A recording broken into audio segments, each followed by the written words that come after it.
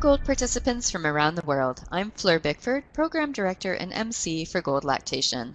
I'm chatting today with Kristie Gatto about her upcoming presentation titled The Integration of Feeding Skills, Oral Motor Patterns and Reflexes. So Kristie, welcome. Thank you so much for being with us. Thank you for having me. So to start with, we'd love to hear a little bit more about yourself. I know that you started out as a speech-language pathologist and then decided to go into oral facial myology. And I imagine that there's probably quite a few people who aren't familiar with oral facial myology. So I'm wondering if you could perhaps tell us a little bit more about it and what drew you to it. Well, with the study of oral facial myology, it looks at the oral phase of the swallow very in-depthly, more appropriately dealing with noxious habits, other detrimental oral facial habits as far as nail biting, pin chewing, things like that, and abnormal resting postures, abnormal neuromuscular patterns, muscle patterns with inappropriate bolus formation, deglutition, bolus transits, abnormal functional breathing patterns, swallow patterns, speech patterns, and restrictive tissues. What led me to oral facial myology is actually the birth of my three children, because each of my boys had restrictive tissue and issues that ended up manifesting because of lack of providers to help me actually figure out what was going on. Okay, thank you for that.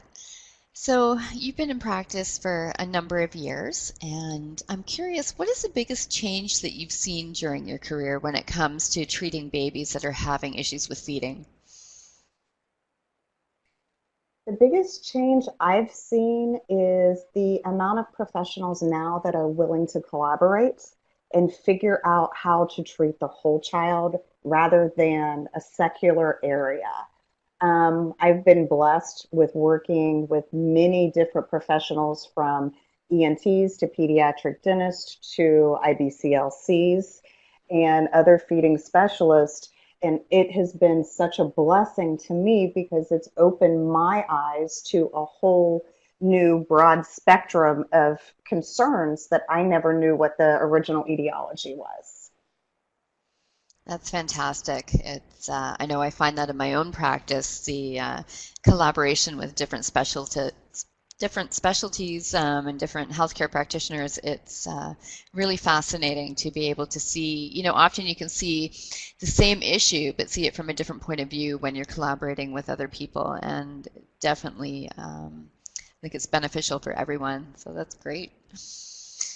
So I'm hoping that you can tell us a little bit more about your presentation. Just give us a little bit of a sneak peek into what our delegates can expect and what you hope that our delegates will be able to take away from your presentation. Well, the biggest concerns that I have continually had when I'm collaborating with other professionals really has been the lack of understanding of what is considered normal versus what is considered abnormal.